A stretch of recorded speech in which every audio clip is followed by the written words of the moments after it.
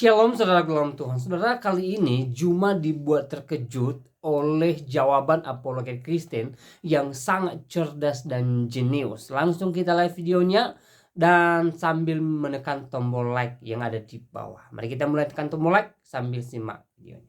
Terima kasih atas paparan dari saudara kita dari pihak Kristen, ya, bahwa kemudian Yesus itu adalah Tuhan. Menurut paparan tadi, sangat disayangkan kemudian Tuhan yang dimaksud dalam bahasa Indonesia yang kita imani saat sekarang, yang kita pahami sekarang ini, Tuhan itu artinya adalah pencipta langit dan bumi. Kalau kemudian Tuhan dalam perspektif yang digambarkan oleh saudara kita yang tadi, berarti nggak ada masalah sejauh Yesus itu dianggap hanya sebagai utusan Tuhan. Tapi kalau dianggap sebagai Tuhan, sebagaimana yang kita lihat faktanya di gereja-gereja, Yesus didudukkan sebagai sembahan, disitulah kekeliruan yang terjadi. Bilangan 23 nomor 19, Tuhan bukanlah manusia atau anak manusia. Jadi apapun konsep Tuhan yang kemudian diuraikan tadi, dia bukan anak manusia dan bukan manusia. Sementara Yesus adalah manusia dan dilahirkan oleh manusia. Berarti Tuhan di sini, dalam arti kata pencipta langit dan bumi, Yesus tidak memiliki ruang di sana. Lalu kemudian, di dalam pengabaran yang dijelaskan di dalam kitabnya teman Kristen, ketika berbicara mengenai konsep Yesus ini adalah Tuhan ataupun bukan, bahkan di dalam Lukas 19:18 nomor 19, ya, Yesus sendiri menyangkal bahwa dia adalah Tuhan. Yesus berbicara kepada seorang pria yang memanggilnya baik, lalu bertanya kepadanya, "Mengapa kau menyebut saya baik? Tidak ada yang baik kecuali Tuhan sejati." Tuhan saja maksudnya. Artinya kalau kita melihat daripada apa yang diurai oleh saudara Erben, ya, bahwa Yesus itu adalah Tuhan, maka kami sah-sah saja memanggil Yesus itu Tuhan. Tapi sangat disayangkan, hal ini tidak boleh dibiarkan. Dalam arti kata, memaparkan Tuhan dalam arti kata utusan itu nggak bisa dibiarkan. Karena Tuhan menurut rasa bahasa Indonesia adalah pencipta langit dan bumi. Nah, nanti kalau kita mengatakan, oh iya, ternyata nggak apa-apa Yesus dipanggil Tuhan dalam arti kata ternyata utusan. Tapi pada prinsipnya, itu hanya dipakai untuk membungkus diri. Di dalamnya adalah penyembahan terhadap Yesus yang justru dianggap sebagai pencipta langit dan bumi yang nusul menjadi manusia. Nah, Yesus sendiri tidak pernah mengajarkan dirinya adalah Tuhan. Di dalam Bible, kitabnya teman Kristen, jelas di dalam Yohanes 14 nomor 28, di situ diterangkan bahwa Bapakku lebih besar daripada aku. Berarti Yesus bukan Tuhan. Mau dia Tuhan, itu baru benar. Atau dia adalah kurios, itu juga baru benar. Tapi kalau Tuhan, sekali lagi, kalau Tuhan, dalam arti kata pencipta langit dan bumi, karena orang Indonesia, siapapun dia ketika berbicara Tuhan, maka yang ada dalam pikirannya adalah pencipta langit dan bumi. Yesus tidak ada di sini. Bapakku lebih besar daripada aku. Yesus bukan Tuhan. Yohanes 10 nomor 29, Bapakku lebih besar dari semuanya. Nah, Yesus tidak bisa menjadi Tuhan jika Tuhan lebih besar dari dia. Jadi kalau hari ini dikatakan, oh enggak apa-apa, Yesus itu disebut Tuhan karena dia itu hanya sebagai utusan. Dia yang dibangkitkan, dia yang diberi kuasa. Tunggu dulu. Karena Yesus itu diberi kuasa, ada sebabnya. Yesus diberi kuasa karena kenapa? Karena dia adalah anak manusia. Yohanes 5 nomor 27. Dan ia memberi kuasa kepada Yesus untuk menghakimi. Karena Yesus adalah anak manusia. Kalau dia Tuhan, maka dia tidak perlu diberi kuasa. Karena dia yang maha kuasa. Karena dia anak manusia, maka dia diberi kuasa untuk menghakimi. Itu poin. Ya, jadi kita tidak bisa kemudian mengatakan, khususnya umat Islam ya, oh Yesus ternyata boleh disebut Tuhan. Nggak boleh. Apapun alasan yang membungkus itu nggak bisa. Karena kita di Indonesia.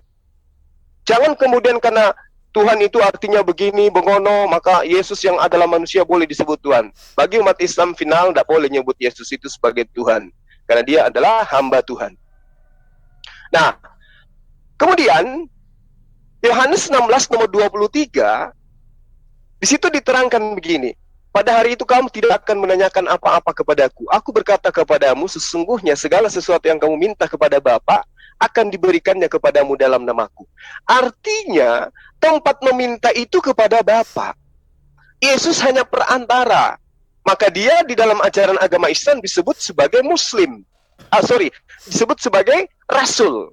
Dia adalah seorang Muslim yang senantiasa berserah diri kepada Allah. Di dalam Yohanes 4 nomor 23, tetapi saatnya akan datang dan sudah tiba sekarang bahwa penyembah-penyembah benar akan menyembah Bapa dalam roh dan kebenaran. Jadi Yesus tidak menerangkan akan menyembah Yesus dalam roh dan kebenaran. Meski nanti saya yakin sekali saudara Erben akan kembali mengulas apa itu menyembah dan seterusnya. Untuk menyembunyikan identitas iman mereka yang mendudukkan Yesus itu sesungguhnya adalah Bapa yang nusul jadi manusia, kemudian yang dikatakan menyembah itu adalah menghormat. Justru itulah yang kemudian ingin disajikan oleh saudara Erben. Menyembah kepada Yesus, definisinya adalah seperti ini. Yesus itu adalah Tuhan, definisinya adalah seperti ini. Pada sesungguhnya yang dia mau suguhkan adalah Yesus adalah Bapa yang nusul menjadi manusia. Lalu kemudian, kalau Yesus itu adalah Tuhan, maka Yesus ini menyembah dirinya sendiri. Ya. Tetapi yang terjadi sebaliknya adalah Yesus menyembah esensi yang ada di surga atau yang ada di langit. Dia tidak menyembah dirinya. Maka salahlah kemudian ketika ada sekelompok orang yang justru menyembah anak Maria yang adalah Yesus. Karena Yesus tidak menyembah dirinya. Sementara Yesus menerangkan, jika engkau mengasihi aku, engkau akan melakukan pekerjaan yang aku lakukan. Engkau akan mentaati, mendengarkan, mengikuti perintah-perintahku. Yesus tidak pernah menyembah pada dirinya. Yang ada, Yesus menyembah kepada esensi luar yang ada dari dirinya, yaitu Sang Bapa yang ada di surga. Yohanes 17 nomor 3 itu jelas dikatakan seperti itu. Lukas 6 nomor 12, Matius 20 nomor 28. Agar mereka mengenal kamu satu-satunya Tuhan yang benar dan mengenal Yesus Kristus yang telah engkau utus. Yesus kedudukannya adalah utusan, harus dikenal seperti sebagaimana utusan. Kalau kemudian ada embel-embel Tuhan, tunggu dulu. Ya.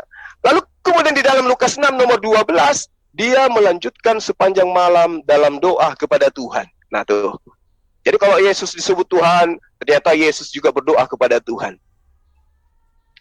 Jadi orang yang menggunakan akal sehat tidak akan mungkin mau menerima begitu saja konsep Tuhan yang kemudian saudara Erben paparkan. Kenapa? Karena mau dibungkus Tuhan dengan definisi Tuhan, kemudian berubah menjadi Tuhan, lalu kemudian menjadi kurios dan seterusnya. Yesus tetap saja tidak bisa keluar dari kodratnya sebagai manusia. Lalu bagaimana Yesus itu berdoa kepada Tuhan? Bukti bahwa dia bukan Tuhan. Matius 26 nomor... Gimana? Waktu 1 menit lagi untuk opening. Baik. Ya, silakan. Matius 26 nomor 39. Dia jatuh dengan wajah ke tanah dan berdoa, Bapakku yang ada di surga. Ibrani 5 nomor 7. Dalam hidupnya sebagai manusia, ia telah mempersembahkan doa dan permohonannya dengan ratap tangis dan keluhan kepada Tuhan yang sanggup menyelamatkan dia dari maut. Dan karena kesalehannya, ia telah didengarkan. Artinya, Yesus adalah manusia. Mau dibungkus dengan kata Tuhan, mau dibungkus dengan kata kurios. Yesus mempraktekkan dirinya sebagai utusan Tuhan, sebagai manusia, sebagai hamba Tuhan, sebagai ciptaan yang tersungkur berdoa bersungguh-sungguh di hadapan Tuhan. Baik. Oke. Terima kasih. Baik, waktu selesai. Baik, sebelum dilanjut, setelah ini nanti pertanyaan pertama dari pihak penanya, dari paparan yang tadi Pak Zuma sampaikan, diambil karena cukup banyak poinnya saya catat. Jadi diambil dari situ pertanyaan-pertanyaan apa saja sesuai dengan apa yang tadi sudah digariskan dalam opening speech ya. Jadi waktu bertanya nanti 1 menit saja. Pertanyaan utama dulu. Oke. Nanti Pak Erwin langsung jawab. Jadi begini, saya ingatkan lagi Pak Zuma, mohon nanti sedikit dikurangi untuk judgement ke arah doktrin kekristenan, karena itu menjadi domain dari pihak Kristen untuk menjelaskan. Tapi tadi masih bisa diterima di opening sebagai bentuk untuk dalam tanda kutip ya, debat akademis kritis gitu, menggugat tidak masalah. Tapi nanti batasi saja pada pertanyaan, bukan penilaian. Nanti biarkan dari pihak Kristen yang menjelaskan menurut akidah atau doktrin kekristenan. Waktu untuk Pak Zuma memberikan pertanyaan awal, silakan Pak Zuma. Dari opening yang tadi saya sudah catat. Saya ulangi, Pak Erben menyampaikan makna kata Tuhan dalam Alkitab dan makna kata Tuhan dalam KBBI, penggunaan kata Kyrios dalam Alkitab, dan yang terakhir adalah makna ketuhanan Yesus Kristus dalam Alkitab. Kemudian Pak Zuma menyampaikan kekeliruan kekristenan tentang penyembahan kepada Yesus, penekanan bahwa Allah bukan manusia, penekanan bahwa Bapa lebih besar daripada Yesus, penekanan bahwa Yesus diberi kuasa karena dia anak manusia untuk menghakimi, kemudian penyembahan kepada Bapa. Yang terakhir sedikit ada statement mengenai apakah Pak Erben ingin menegaskan bahwa Yesus adalah Bapa. Yesus tidak menyembah dirinya. Jadi itu poin-poin yang bisa saya catat. Jangan keluar dari situ. Silakan dari Pak Zuma dulu memberikan pertanyaan awal. Silakan Pak Zuma. Oke, baik. Di dalam Kisah Para Rasul 2 nomor 24, ya, Kisah Para Rasul 2 nomor 24 diterangkan Allah membangkitkan dia dengan melepaskan dia dari sengsara maut, karena tidak mungkin ia tetap berada dalam kuasa maut itu. Yang ingin saya tanyakan, yang dibangkitkan di sini manusia atau Tuhan? Silakan. Baik. Jadi tadi mohon diulangi Pak Zuma untuk Kisah Rasul 2 ayat 24 ya. Siap. Oke, kita sebelum dijawab kita buka datanya dulu. Mungkin saya bisa bantu share ya untuk. Oke, udah saya share, Bro. Oh, silakan. Jadi Kisah Rasul 2 ayat 24. Tetapi Allah membangkitkan dia, itu Yesus, dengan melepaskan dia dari sengsara maut, karena tidak mungkin ia tetap berada dalam kuasa maut itu. Ini menegaskan bahwa Yesus yang adalah Tuhan dibangkitkan oleh Allah. Makanya tadi saya katakan Allah dan Tuhan itu beda. Itu yang harus dipahami di sini. Jadi bukan Allah membangkitkan Allah, tetapi Allah membangkitkan Yesus yang adalah Tuhan, penguasa itu, Kyrios. Kalau orang Inggris bilang Lord. Jadi God membangkitkan Lord. Theos membangkitkan Kyrios. Bukan Tuhan membangkitkan Tuhan. Atau Allah membangkitkan Allah, bukan itu. Tapi Allah membangkitkan dia, Yesus, yang adalah manusia, yang diberikan gelar kepenguasaan sebagai Kyrios, Tuhan. Itu artinya di sini. Terima kasih. Oke. Sebentar dulu Pak. Masih ada waktu 20:51 Pak Erben. Iya, saya pikir sudah sangat jelas. Dan ini menegaskan bahwa Yesus bangkit yang menyatakan bahwa maut sudah dikalahkan. Yesus bangkit menyatakan bahwa iblis sudah dikalahkan. Yesus bangkit menyatakan bahwa hidup kekal ada di dalam dia. Itu yang mau ditegaskan. Karena kepada Yesus Allah sudah limpahkan kuasa. Maka Yesus mengatakan, aku berkuasa untuk memberikan hidup yang kekal. Dan itu kuasa yang dari Allah. Maka ini berkaitan dengan Matius 28 ayat 18. Yesus katakan, kepadaku telah diberikan. Siapa yang memberi? Ya Bapa di sorga yang memberikan kuasa itu kepadanya. Oke, cukup. Baik. Silakan Pak Zuma mau melanjutkan dengan pertanyaan lagi atau masih ingin mengelaborasi, tetapi mohon jangan ada framing, tetapi fokus kepada pertanyaan Anda sendiri dan jawaban Pak Erben.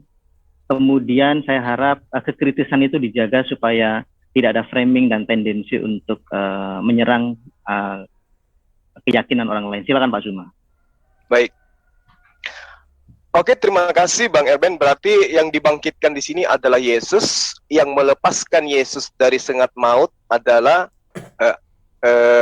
Bapa, Lalu Iya, kemudian, betul.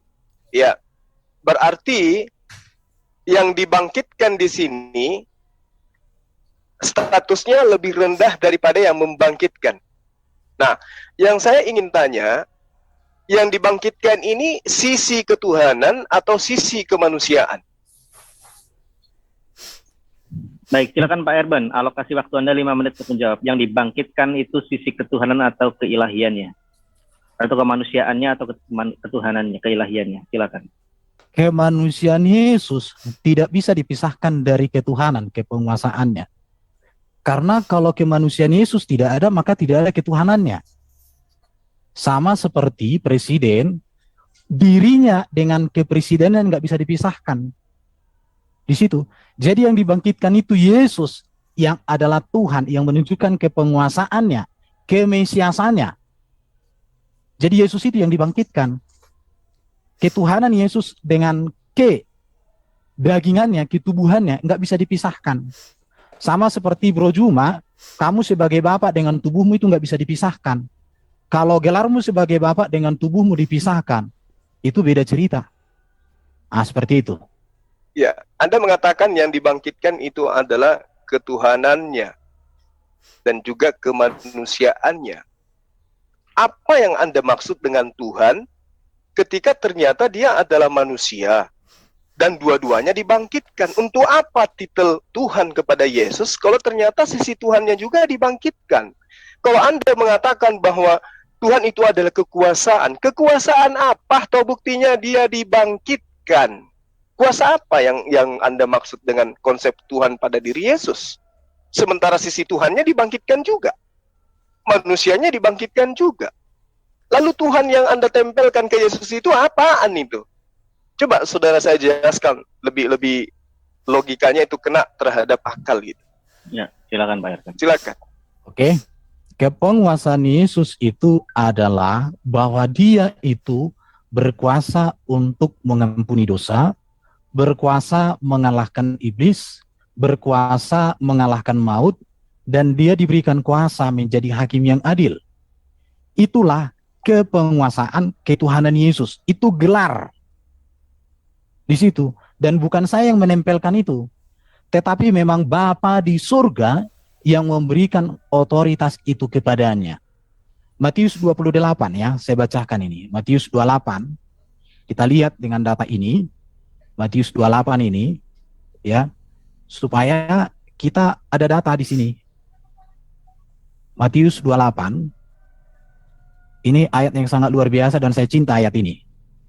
Dikatakan begini sama Yesus ya, kepadaku telah diberikan oleh Bapa di surga segala kuasa di surga dan di bumi. Jadi orang Kristen melihat Yesus itu kepenguasaannya, itu terlihat kok dalam kedatangan yang pertama. Apa itu? Yesus menghidupkan orang mati. Yesus menyembuhkan berbagai penyakit. Yesus meneduhkan badai. Pertanyaannya adalah, adakah manusia yang Allah berikan otoritas sebegitu luar biasa selain kepada Yesus? Tidak ada. Hanya Yesus yang Allah berikan kuasa untuk mengampuni dosa.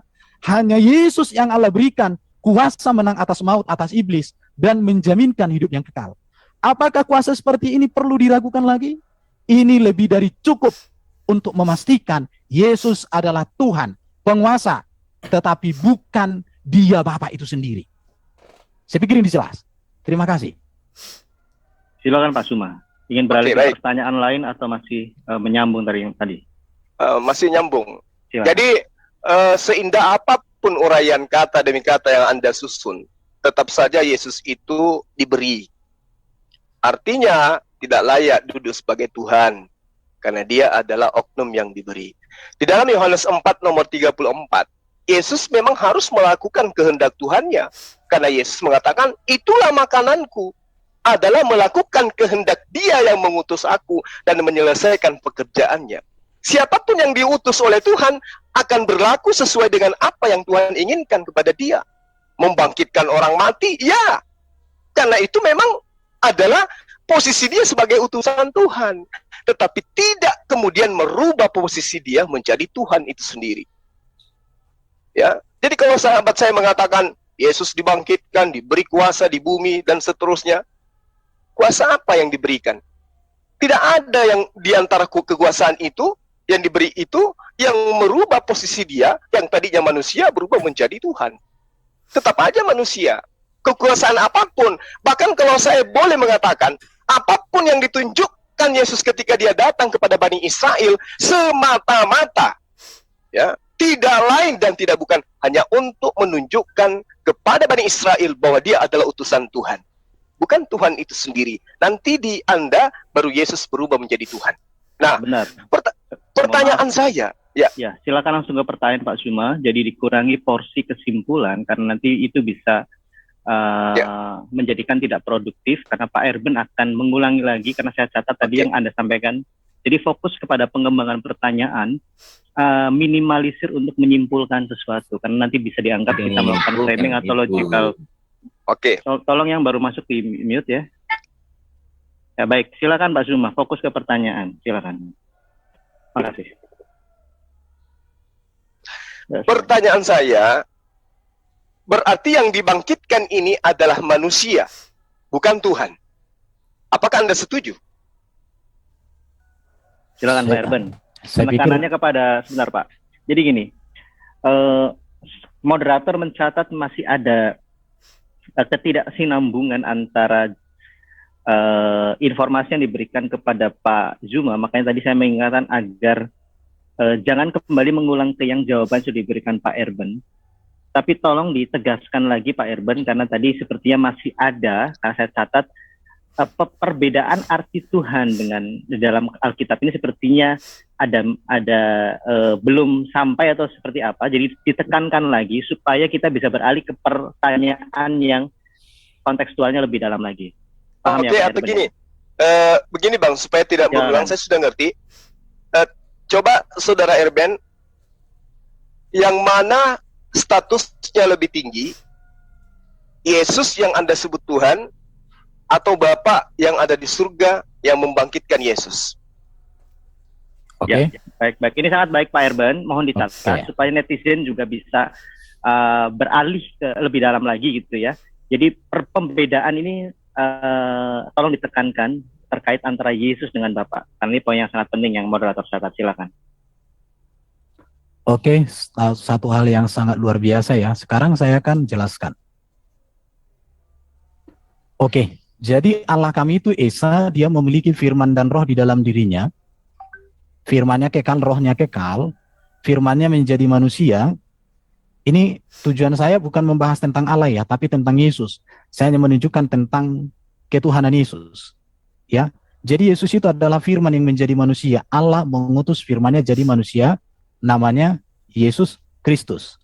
Allah mengutus firman manusia merupakan ketetapan Allah untuk menggenapi, menyempurnakan seluruh karya Allah. Di dalam Yesus firman menjadi manusia, ditetapkan Allah, diberikan Allah kuasa, kemuliaan, kasih karunia, dan kebenaran.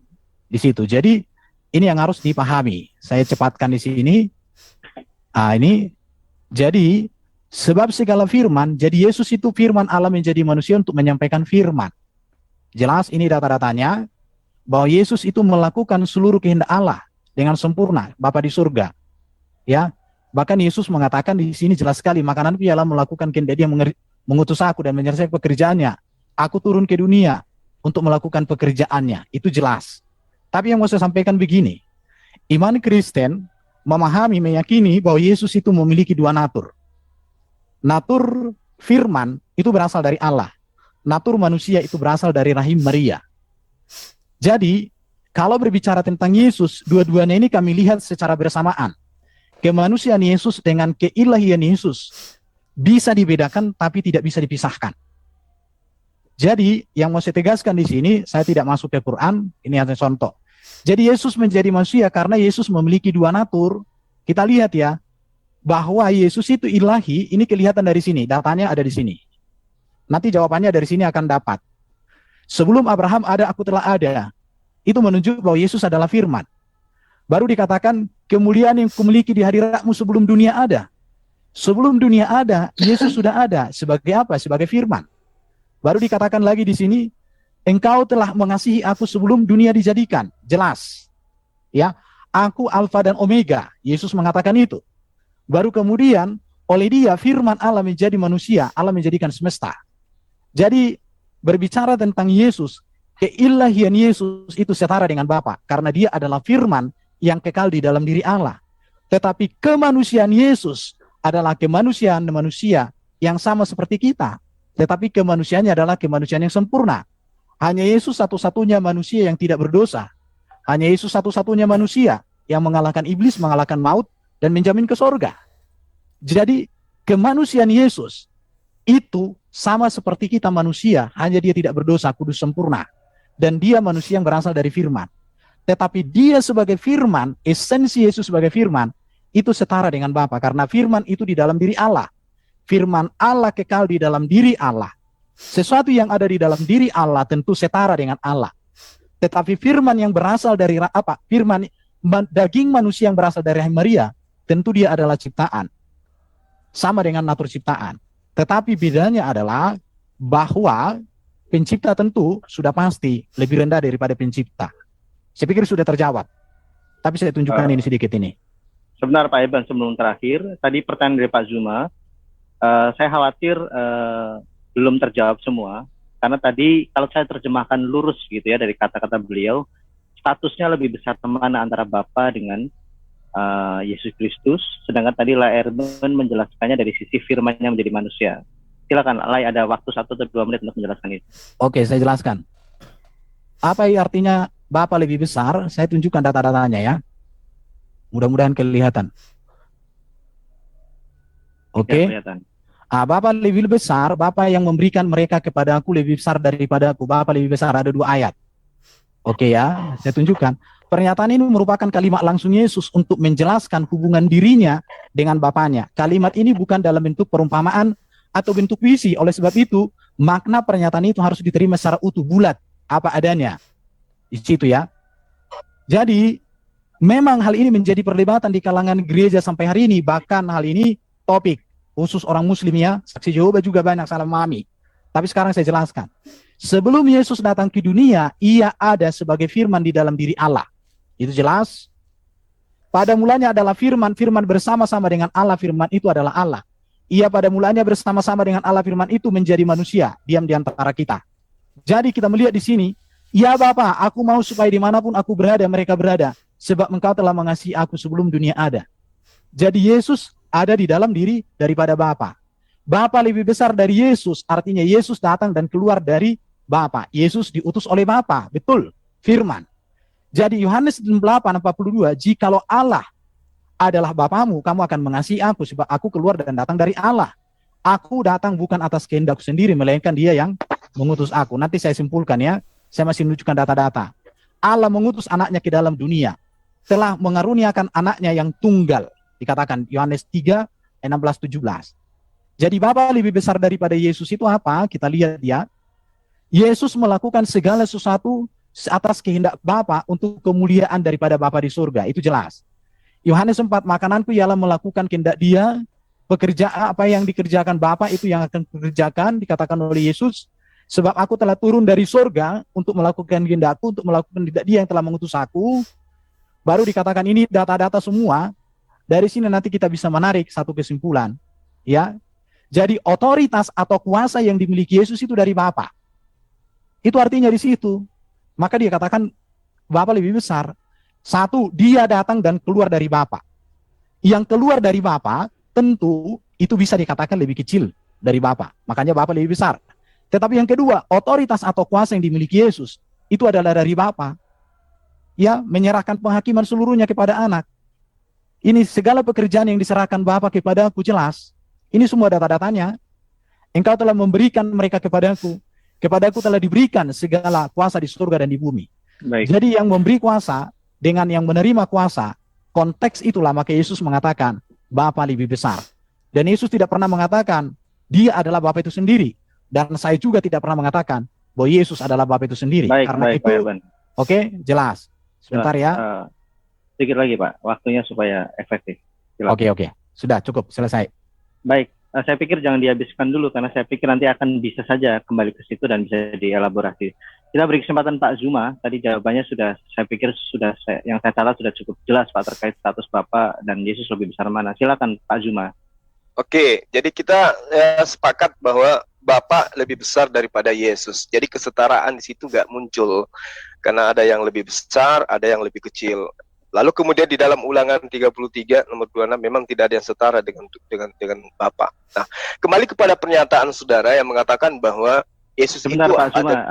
sebentar Pak, sebelum dilanjutkan, mohon jangan ada kesimpulan yang belum dikonfirmasikan kepada penjelas. Karena dalam catatan saya tadi Pak Erben menjawab sudah membahas mengenai kesetaraannya.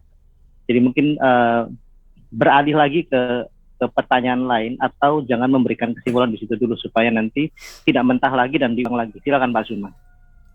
Saya hanya mengatakan dalilnya Ulangan 33 nomor 26 tidak ada yang setara dengan Tuhan. Ya, silakan. Nah, nanti pertanyaan. tinggal saudara Erben yang mau melilit silakan aja. Nah, Anda mengatakan Yesus ada dua natur. Yesus itu adalah firman yang nusul menjadi manusia. Pertanyaan saya, apakah ketika Yesus dibangkitkan, firman juga dibangkitkan? Silakan. Silakan Pak Erben. Oke. Jadi yang dibangkitkan itu adalah Yesus yang manusia. Makanya gini, memahami sebuah kronologi peristiwa tidak bisa sesederhana itu. Perhatikan ya, Allah Esa memiliki firman. Firman menjadi manusia. Manusia Yesus mengalami kematian. Maka manusia Yesus ini dibangkitkan. Ingat, hakikat Yesus sebagai firman itu kekal. Tetapi hakikat Yesus sebagai manusia pernah mengalami mati. Yang dibangkitkan itu adalah kemanusiaan sang firman. Itulah yang dibangkitkan. Itu pemahaman Kristen. Jadi tidak dipisahkan antara keilahiannya, keberadaannya sebagai firman dengan kemanusiaannya. Tetapi kalimat orang Kristen adalah kemanusiaan sang firman yang menjadi manusia ini dibangkitkan oleh Bapa di surga. Bahkan setelah Yesus dibangkitkan, dia masih menampakkan diri 40 hari, mengajar, masih melakukan banyak karya. Kemudian dia naik ke surga, menyediakan tempat bagi kita.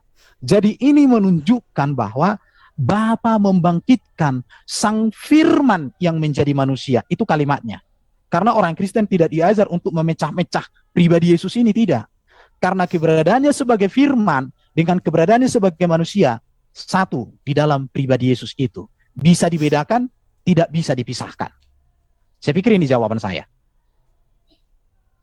Silakan Pak Zuma. Berarti yang dibangkitkan lain atau masih dielaborasi, silakan. Berarti yang dibangkitkan firman juga yang dibangkitkan. Yesus dibangkitkan, firman dibangkitkan. Kalau Anda mengatakan firman tidak dibangkitkan, lalu firmannya kemana? Saya pikir jawaban saya sudah jelas. Kalau Anda tidak memahami lagi, saya pikir ganti pertanyaan saja daripada saya ulang-ulang. Jangan Pak Erben. Saya pikir begini Pak Erben, kewajiban Anda untuk menjawab, jadi tidak masalah. Jadi luangkan waktu untuk menjawab lagi. Mungkin dengan cara menjawab yang berbeda, meskipun harus mengulang. Silakan Pak Erben dijawab. Apakah firman itu yang dibangkitkan dengan kemanusiaannya? Jadi firman dengan kemanusiaan Yesus itu bisa dibedakan, tapi tidak bisa dipisahkan. Jadi yang dibangkitkan itu adalah tubuh dari sang firman yang menjadi manusia itu. Tubuhnya, tubuh sang firman, tubuh firman yang menjadi manusia itu yang lengkap. Karena nanti kalau kita firman sendiri yang mana? Sebentar, firman, Pak, jangan dipotong dulu. Silakan Pak Erben. Firman menjadi manusia. Ini harus disatukan kalimatnya. Karena kemanusiaan Yesus tidak dipisahkan dari hakikatnya sebagai firman. Oke? Berarti yang dibangkitkan firman. Firman yang menjadi manusia itu, kemanusiaan Yesus itu dibangkitkan. Ya, berarti firman ini telah berubah menjadi manusia. Berarti firman sudah menjadi manusia. Berarti yang dibangkitkan adalah firman dalam rupa manusia. Firman yang menjadi manusia itulah yang dibangkitkan. Oke. Berarti seperti ini. Sebentar Pak Zuma, sebentar. Ya. Pak Erben, Pak Zuma, saya mencoba memberikan frase untuk penengah begitu ya, supaya saya tidak masuk ke substansi. Tapi tadi saya mencatat terkait tentang hakikat. Jadi mungkin yang Pak Zuma maksud ya, mungkin ini, semoga bisa membantu. apakah natur firman yang ilahi itu ada dalam satu hakikat kemanusiaannya? Jika kita analogikan dari benda cair menjadi benda padat, yang firman itu adalah roh menjadi manusia, sehingga Pak Erben mungkin jawabannya bisa lebih mengenal lagi, karena yang dikhawatirkan nanti ada kebingungan di para pendengar terkait pertanyaan Pak Zuma tadi dan jawaban Pak Erben. Firman apakah itu dibangkitkan bersama kemanusiaannya? Firman tidak dibangkitkan karena kan firman kekal. Yang dibangkitkan itu adalah tubuh kemanusiaan dari sang firman. Berarti firman tidak jadi manusia dong kalau dia kekal. Loh, saya sudah jelaskan firman menjadi manusia. Kalau kamu katakan bahwa firman tidak menjadi manusia, buktinya tubuh Yesus ada. Buktinya Maria melahirkan dari wanita perawan, artinya ya ada sesuatu hal yang harus dipikirkan di situ. Berarti firman ini sudah tidak ada karena dia sudah menjadi manusia. Firman yang mana dulu ini? Ya, yang Anda katakan firman telah menjadi manusia itu. Nasi telah menjadi bubur, berarti sudah tidak ada nasinya, sudah jadi bubur. Oh, di dalam ajaran Kristen tidak seperti itu. Lalu yang menjadi Yesus ini apa? Firman Allah itu kekal. Saya kasih contoh gambaran. Ketika Allah menyampaikan firman yang menjadi Quran, Allah tidak kehilangan firman. Atau ketika Quran sobek, bukan berarti firman sobek. Seperti itu konteksnya. Bentar Pak Erben, jangan menggunakan paralelistik ke Quran, tetapi yang lain saja. Begini, mohon maaf moderator. Sebentar Pak Zuma, sebentar. Berikan kesempatan Pak Erben untuk mengkonstruksi jawabannya. Saya pikir seperti itu dulu Pak. Nanti kalau Pak Erben sudah berhenti baru dilanjutkan. Silakan Pak Erben. Iya. Jadi itu sang firman itu sebagai imam kemanusiaan Yesus yang menjadi korban yang sempurna. Firman itu tidak dibangkitkan, firman tersebut tidak berubah wujud. Ya. Tetapi dikatakan mengambil rupa manusia, Filipi pasal 2:7. Ya. Jelas. Jadi bukan firman itu jadi kayak berubah dari A jadi B, bukan begitu. Tapi firman itu mengambil rupa manusia di dalam diri Yesus. Kalau ibaratnya dikaitkan di konteks PL, ada namanya teofani. Teofani itu adalah penyataan diri dari sang firman yang hadir dalam rupa manusia.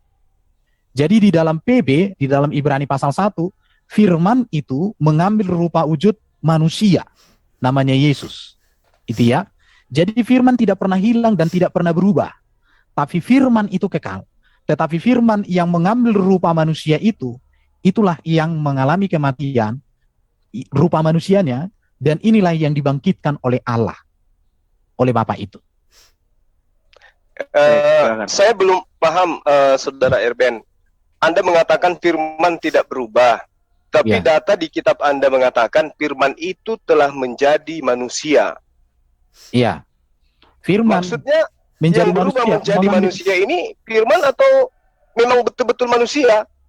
Filipi pasal 2 ayat 7 dikatakan firman itu mengambil rupa manusia. Ya. Mengambil rupa manusia berarti Yesus ini diambil rupanya gitu. Lalu diapakan? Dijadikan menjadi firman atau dijadikan menjadi manusia, atau memang manusia Yesus ini manusia yang dibangkitkan manusia? Kan datanya firman telah menjadi manusia.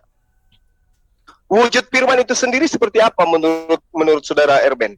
Firman itu kan kalau bahasa Yunaninya kan itu logos, tapi kan kita tidak berbicara ke sana, kita berbicara konteksnya kan ketuhanan Yesus sebenarnya.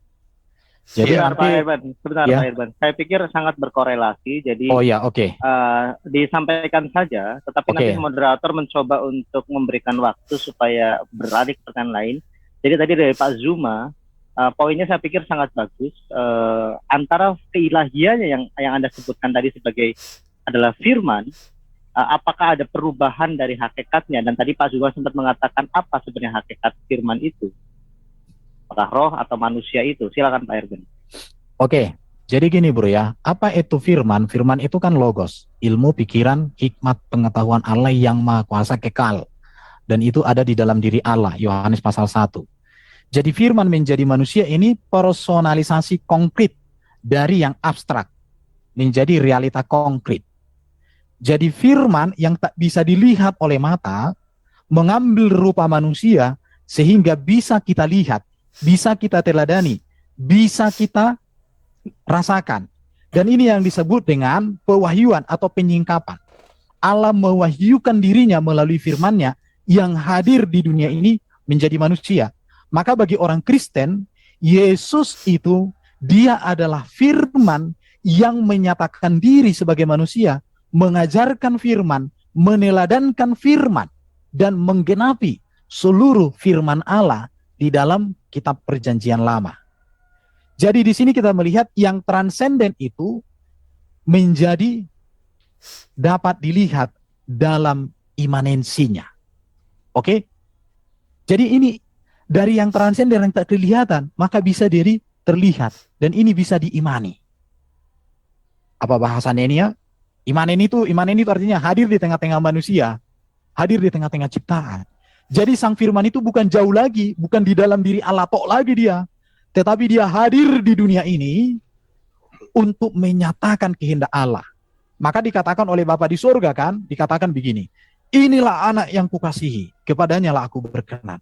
Artinya Allah yang tak terhingga, yang tak terlihat itu, menyatakan seluruh karyanya dan kehendaknya melalui kehadiran sang firman yang transenden menjadi imanen itu, hadir di tengah-tengah manusia ciptaan, firman yang tak terbatas oleh ruang dan waktu, sekarang hadir di tengah-tengah dunia.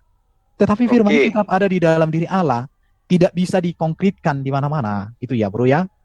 Baik, Pak Zuma, saya pikir jawaban dari Pak Erben sudah sangat jelas. Terkait tadi ya, saya catat kata-kata dari Pak Erben bahwa yang transenden itu dapat dilihat dalam imanensinya. Imanensi tadi saya catat hadir di tengah-tengah ciptaannya, kira seperti itu. Dan Pak Evan tadi menyebutkan ini adalah yang disebut dengan pewahyuan di dalam pemahaman beliau dalam iman Kristen. Pak Zuma ingin beralih ke pertanyaan lain atau masih ingin menekankan masalah firman dan Yesus Kristus ini, Pak? Silakan. Ya, karena saya belum dapat poin jelasnya, Bang. Jadi gini, tadi dia katakan bahwa firman itu adalah ide, gagasan yang ada pada diri Tuhan. Kemudian nuzul menjadi manusia. Yang tadinya tidak nampak menjadi nampak. Berarti yang nampak ini adalah firman dalam wujud manusia. Ketika dia dibangkitkan, maka yang dibangkitkan adalah firman. Lalu kemudian Saudara Erben tidak mengakui itu. Jadi yang mana firman yang sebenarnya ini? Firman telah menjadi manusia, kemudian manusia ini dibunuh, dibangkitkan. Berarti yang mengalami semua itu adalah firman. Lalu kenapa kemudian saudara masih mengatakan bahwa firman itu ada pada diri Tuhan, sementara sudah menjadi manusia? Lalu apa yang menjadi manusia kalau bukan firman? Silakan. Jadi firman itu kan tidak terbatas oleh ruang dan waktu karena dia ada di dalam diri Allah yang Maha Kuasa. Itu jelas. Firman itu tetap ada di dalam Bapa, tetapi ini tidak bisa dikonkretkan di mana-mana itu ya. Kalau yang jelas bagi otak, itu artinya bukan misteri ilahi, tapi misteri manusia. Jadi kalau Bro Juma tidak bisa memahami yang saya jelaskan, ya memang ini misteri ilahi yang hanya bisa dipahami oleh orang yang sudah merasakan kasih ilahi itu. Tetapi ini memang misteri manusia. Iya berarti kalau Bro nggak memahami, menurut saya Bro sedang bermisteri. Itu di situ ya. Jadi keimanan itu ada ruang rasional, akal, tetapi ada ruang juga misteri ilahi. Bahasa Islamnya kayaknya ini nakli ini.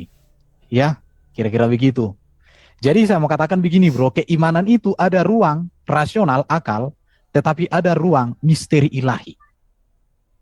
Jadi inilah kemisterian Allah di dalam iman Kristen, bahwa Allah yang esa, yang kekal memiliki firman. Karena bagi orang Kristen kalau Allah nggak memiliki firman itu patung, benda mati. Kalau Allah tidak memiliki roh itu nggak layak disembah, itu dicampakkan itu kemperan sana kalau di Kristen. Jadi Allah yang transenden itu menyatakan kehadirannya melalui firman, ya, melalui firmannya yang mengambil rupa manusia. Jadi misteri ilahi itu dapat dipahami dalam batasan tertentu. Jadi gini, kita bisa mengenal Allah sejauh mana Allah menyatakan dirinya, sejauh mana Allah mewahyukan dirinya. Lebih dari itu kita tidak bisa. Ini sudah ranah iman. Tetapi kekristenan memahami bahwa Yesus itu adalah firman yang dinyatakan hadir mengambil rupa manusia, yang transenden menjadi imanen, yang tak kelihatan menjadi terlihat di dalam diri Yesus untuk mengajarkan, meneladani, memberikan hidup yang kekal. Jadi ini berbicara tentang Allah menyingkapkan dirinya. Sejauh itulah Allah menyingkapkan dirinya di dalam Alkitab. Dan hanya di dalam ajaran Kristen, di dalam ajaran Alkitab lah, Allah sendiri menyingkapkan dirinya. Tidak lagi dia berbicara melalui malaikat, tidak lagi dia berbicara melalui para nabi, tidak lagi dia berbicara melalui ini dan itu. Tetapi dia berbicara secara langsung melalui sang firman-Nya yang mengambil rupa manusia. Ya, saya kasih contoh bro ya, di dalam klien itu kan firman jadi buku bisa bro. Dalam iman Kristen firman menjadi manusia. Kalau firman jadi buku, apakah Allah jadi kehilangan firman? Kan tidak juga bro.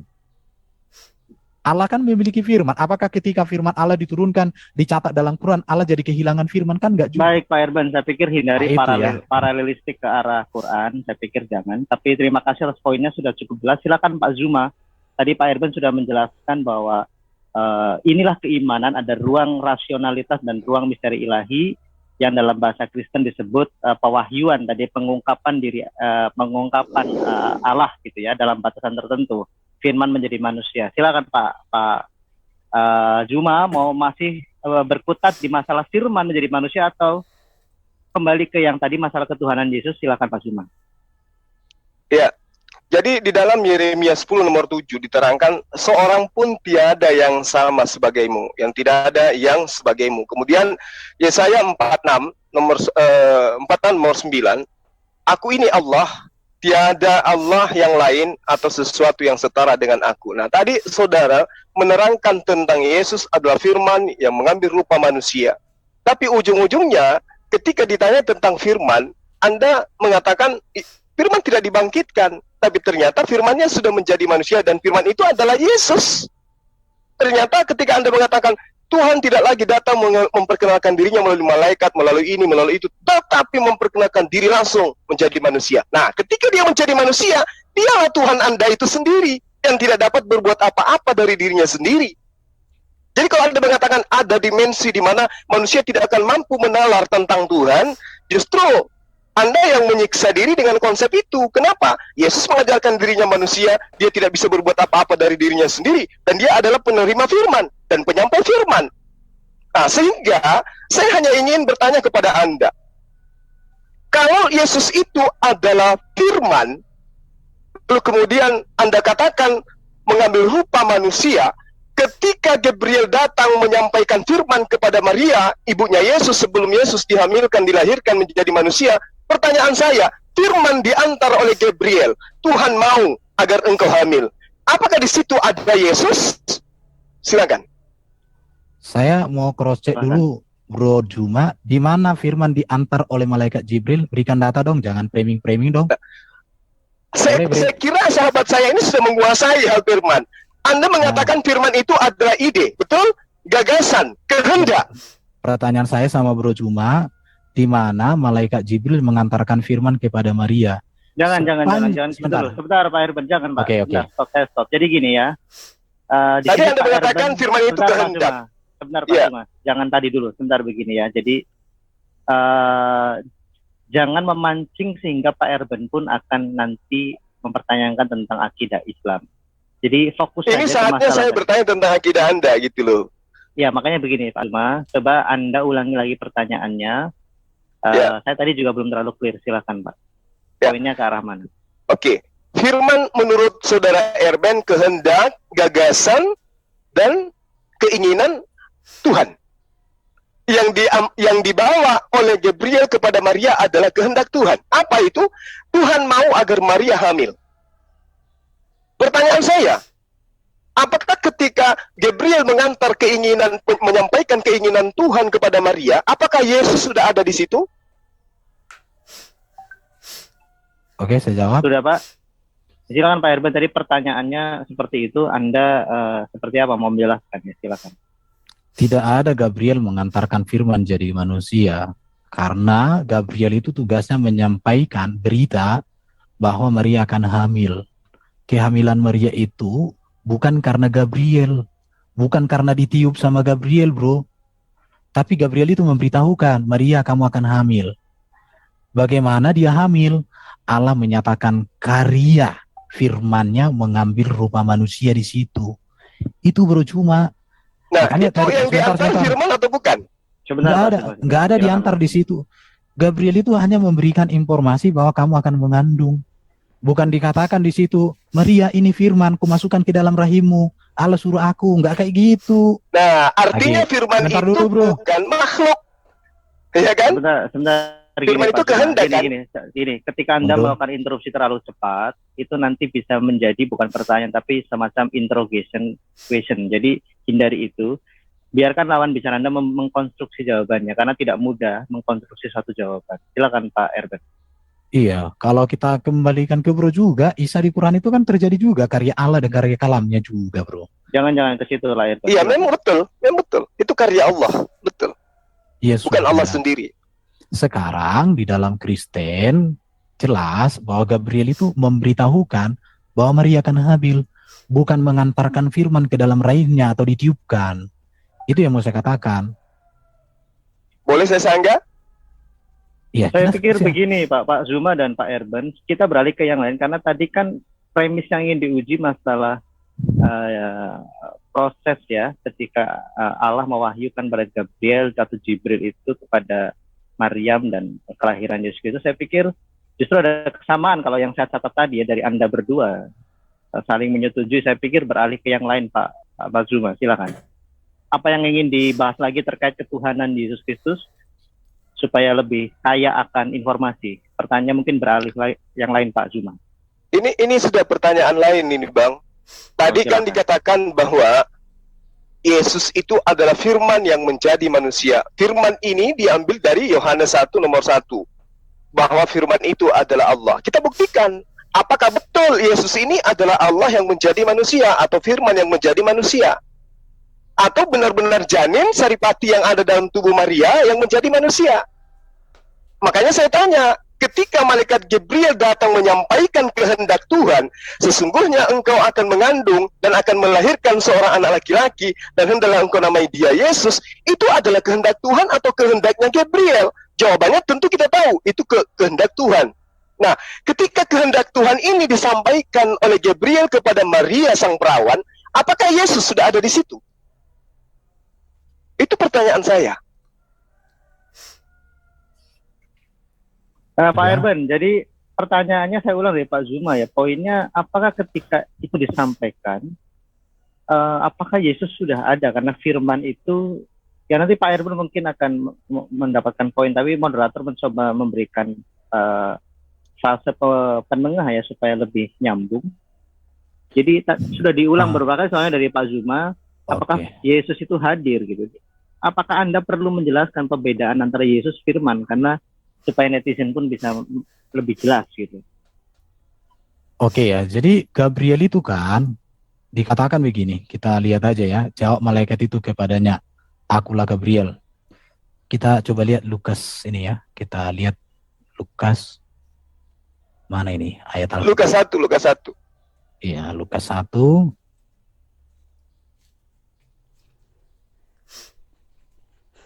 Lukas 1 ayat 19. 28 seterusnya ya.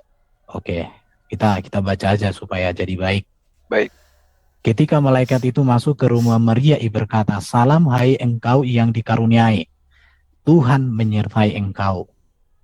Enggak ada seperti yang Bro Juma sampaikan tadi di situ. Maria terkejut mendengar perkataan itu, lalu bertanya dalam hatinya, apakah arti salam itu? Kemudian malaikat itu berkata, jangan takut hai Maria, sebab engkau beroleh kasih karunia di hadapan Allah. Sesungguhnya engkau akan. Artinya pada saat malaikat datang, Maria belum hamil. Maka dikatakan sesungguhnya engkau akan mengandung. Akan itu sesuatu masih apa? Akan itu berarti masa depan. Kalau Maria sudah hamil, harus dikatakan sesungguhnya engkau sudah hamil. Tapi di sini dikatakan engkau akan mengandung. Kalau Maria sudah hamil, engkau sudah hamil.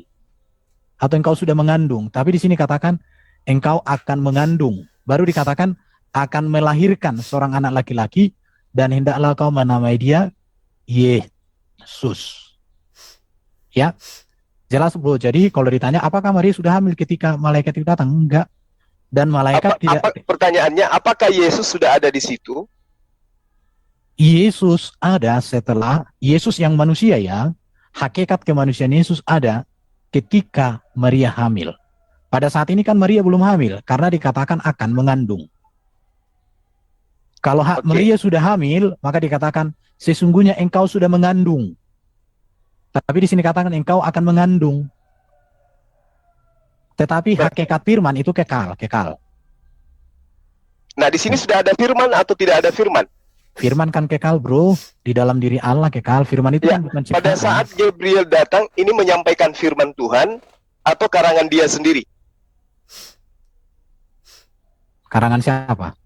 Karangan Gabriel. Wah, Gabriel atau ini kehendak Tuhan? Aku rasa ini karangannya Bro Juma ini. Ini bukan karangan Gabriel lah. Gimana, bro? Berarti yang disampaikan oleh Gabriel adalah firman Tuhan, betul? Yang disampaikan oleh Gabriel itu adalah kabar baik bahwa Maria akan mengandung. Bukan firman Tuhan. Loh, kabar baik, berita. Gabriel itu tugasnya tahu apa? Menyampaikan kabar baik, menyampaikan Jadi berita. bukan firman Tuhan yang disampaikan oleh Gabriel. Firman Tuhan dalam pengertian itu perkataan Allah, rema. Oke. Nah, apakah Saya pikir sudah jelas, Pak Zuma. Oke. Saya pikir sudah jelas, Pak Erban. Saya khawatir kita tidak beralih ke hal yang lebih esensi, yaitu tentang ketuhanan Yesus, Pak Zuma. Atau Anda ingin tetap berada pada hal ini, kalau memang Anda anggap ini penting? Artinya gini, Bang. Yesus itu Tuhan. Tapi ternyata saudara Ebel mengatakan di sini belum ada Yesus. Karena ibunya belum hamil. Jadi sisi ketuhanannya itu sudah gugur di situ. Karena ternyata Yesus itu adalah hal baru, dia adalah ciptaan. Sebentar Pak Jumat, dalam catatan saya, tadi ketika melihat Anda berdua ini tektok begitu, yang saya catat, baik pertanyaan dan jawaban Pak Erben tadi sebenarnya sudah ada statement dari beliau bahwa keilahiannya itu kekal, berada dalam diri Allah, dan kemanusiaannya itu dari yang tadi ayat ditunjukkan itu akan mengandung. Kalau saya mencoba terjemahkan membantu Anda berdua, itu artinya akan dilahirkan, akan mengandung dan akan dilahirkan, kira seperti itu kemanusiaannya. Tetapi kalau jika Pak Zuma tadi masih berkutat di situ, Pak Erdan, saya dari Pak Zuma nanti ada pengertian bahwa firman itu bernama Yesus mungkin, atau seperti apa ya kira, supaya kita juga yang di sini tidak berkutat terus di poin ini. Mohon diselesaikan. Jadi iman Kristen itu begini, Bro Juma ya. Keilahian Yesus yang adalah firman tidak berawal, itu ada di dalam diri Allah kekal. Tetapi kemanusiaan Yesus itu berawal ketika dikandung dan dilahirkan di dalam rahim Maria. Itu data Alkitab. Oke, di sini permasalahannya, makanya tema ini Anda angkat sebagai ketuhanan Yesus. Inilah tema intinya sebenarnya. Ketika Anda mengatakan sisi keilahian Yesus, bagaimana mungkin kemudian Anda mengatakan sisi keilahian Yesus sementara Yesus adalah manusia? Bagaimana mungkin manusia punya sisi keilahian? Yang ilahi tetap ilahi, Yesus tetap manusia, nggak bisa berubah. Coba kita lihat dalam Kolose 1 nomor 15. Ia adalah gambar Tuhan yang tidak kelihatan, yang sulung, lebih utama dari segala yang diciptakan. Kalau itu dilarikan kepada Yesus, Yesus tetap hanya ciptaan. Apakah sang Bapa ini ciptaan? Apakah Bapa ini punya sisi kemanusiaan? Coba Anda uraikan. Punya enggak pencipta langit dan bumi ini sisi kemanusiaan? Sebentar ya. Bro tadi kutip dari Kolose berapa, Bro? Kolose 1 nomor 15. Oke, bentar ya. Saya cari materi saya sudah pernah gali itu. Oke, saya tunjukkan sama Bro supaya penonton teredukasi. Ya, silakan Pak Erben, ambil waktu Anda untuk mencari ya. Mungkin udah. Yang sambil ngopi-ngopi, yang mau pesan gorengan. Ia adalah gambar Allah yang tidak kelihatan, yang sulung, lebih utama dari segala yang diciptakan. Ini beberapa bentuk terjemahan, ya. Ini Kristus adalah anak yang sulung lebih utama dari segala yang diciptakan. Ya, ini beberapa. Sekarang Ini dia adalah gambar yang tak kelihatan, dialah yang sulung antara segala yang diciptakan. Kita lihat ya, kata yang sulung oleh penganut bidat Arianisme ditafsirkan sebagai yang pertama dari jenisnya, maksudnya Kristus merupakan makhluk pertama. Kata yang sulung dalam teks Yunani memakai kata prototokos. Ini digunakan 8 kali dalam PB. Kata ini dalam bentuk ejektif maskulin singular nominatif no degree, yang dapat diartikan yang sulung, lebih tinggi, yang ada sebelum. Kata ini memang dapat diartikan demikian. Tetapi penafsiran ini tidak sesuai dengan tema surat Paulus yang menekankan keunggulan Yesus. Keutamaan Kristus yang dimaksud oleh Paulus di sini adalah Kristus yang terutama, sebab di dalam Dia, dalam kuasanya atau melalui perantaraan dirinya, tatanan ciptaan ini menjadi ada, dan tatanan tersebut ada untuk Dia. Itu yang mau ditegaskan. Jadi bukan Yesus ciptaan di sini. Firman bukan ciptaan. Ya, kita lihat lagi nih. Kata yang sulung dalam teks ini dapat dipandang dari dua sisi. Yang pertama, dari segi waktu, bahwa Ia ada sebelum segala ciptaan. Jadi, keilahian Sang Firman sudah ada sebelum segala ciptaan. Dari segi kedudukan, bahwa Ia diperanakan atau dilahirkan lebih dari segala ciptaan. Diperanakan atau dilahirkan di sini tidak menyatakan bahwa Yesus adalah ciptaan, tetapi menunjukkan bahwa Yesus berasal dari Allah. Maka dikatakan Yesus datang dan keluar dari Bapa. Dari dua pengertian tersebut, maka dapat diambil kesimpulan bahwa Dia, Yesus, sudah ada sebelum segala sesuatu, dan Dia adalah yang utama dari semua ciptaan. Itu artinya di situ Yesus disebut sebagai yang sulung tidak menunjuk kepada kelahiran Yesus secara badani, melainkan kepada hubungan Yesus dengan Allah sebagai firman yang kekal di dalam diri Allah. Ini dikiaskan sebagai anak tunggal Allah yang kekal. Dengan memperhatikan arti kata prototokos, yaitu yang sulung, yang lebih tinggi, yang ada sebelum, maka kata yang sulung dapat diartikan Ia yang ada sebelum segala ciptaan. Ia yang lebih tinggi dari segala ciptaan. Itu berarti bahwa Allah menciptakan segala sesuatu oleh firman yang telah ada sejak permulaan. Bahwa firman itu ada sejak permulaan. Oke? Itu sudah saya bahas ketika saya menjawab saksi-saksi Yehova. Ada 3 ayat yang sering diikuti saksi Yehova. 3-tiganya saya sudah jawab. Saya jelaskan. Oke? Iya. Oke. Ya, silakan. Ya, jadi jelas ya bahwa kalau Anda kemudian mengatakan Yesus itu adalah firman. Tadi kita sudah melihat yang dibangkitkan ternyata bukan firman. Yang datang kepada Maria melalui perantaraan kehendak Tuhan melalui Gabriel, itu juga Yesus tidak ada di situ. Nah, lalu dalam kitab Anda sendiri jelas dikatakan bahwa Yesus itu adalah permulaan ciptaan. Kalau mau Anda larikan kepada firman, itu tidak kena. Kenapa? Di dalam Yesaya 55 nomor 11 pun dikatakan bahwa segala firman yang terlontar dari mulutku, apa yang keluar dari mulutku, tidak akan kembali kepadaku dengan sia-sia. Sebelum yang ku inginkan itu terjadi sesuai dengan yang ku mau. Itu adalah indikasi firman.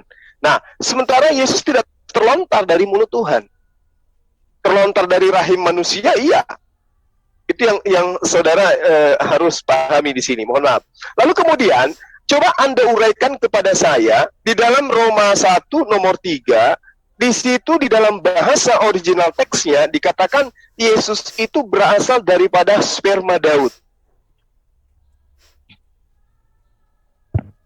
Artinya bahwa tadi kita sudah sepakat Yesus tidak ada pada saat Gabriel datang. Nanti Dia ada setelah Dia dihamilkan. Berarti tidak salah yang diterangkan oleh Roma 1 nomor 3 dalam bahasa Greek bahwa Yesus itu memang berasal daripada spermatos. Oke, sudah bisa dijawab. Iya, silakan. Maria itu kan keturunan Daud. Ya. Jadi itu menegaskan bahwa dia memang memiliki silsilah dari Daud. Itu jelas. Dia kan keturunan Yehuda. Maria.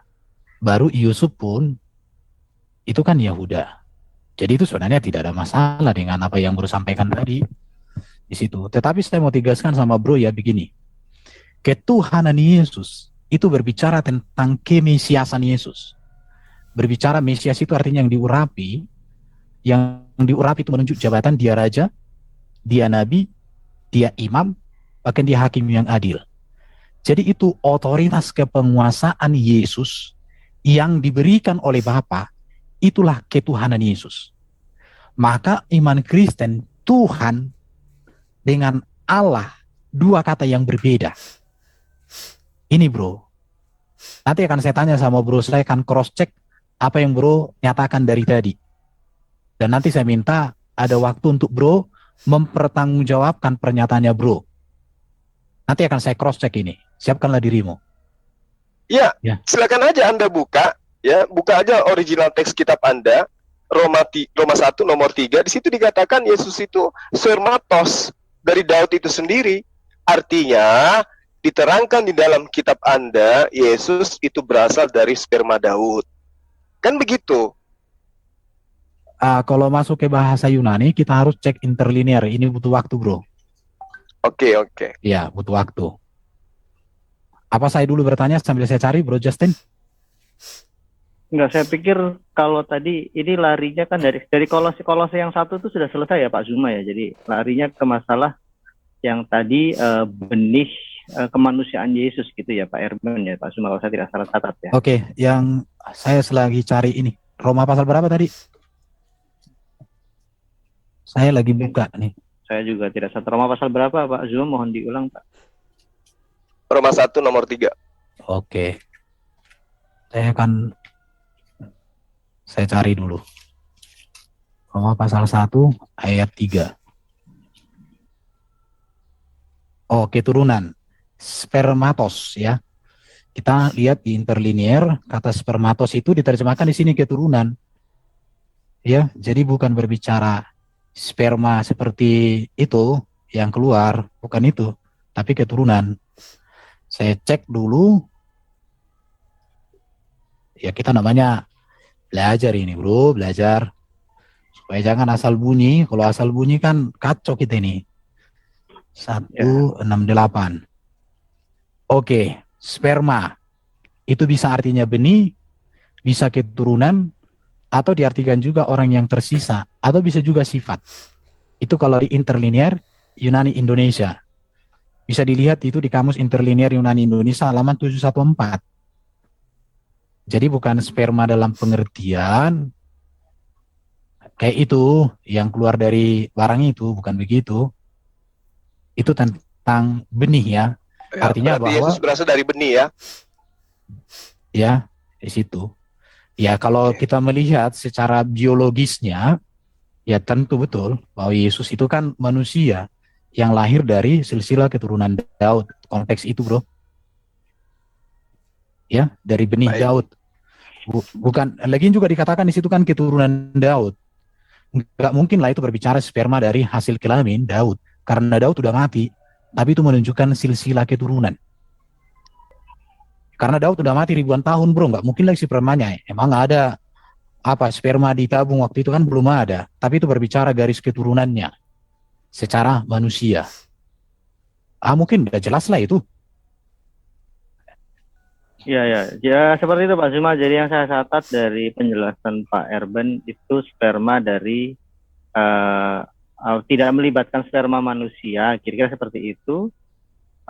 Lalu bahasanya apa Pak Erben supaya karena Pak saya pikir belum ada bahasa untuk menjawab frase yang untuk frase utama, frase kunci untuk menjawab tadi yang Pak Zuma sampaikan. Berasal dari benih Daud.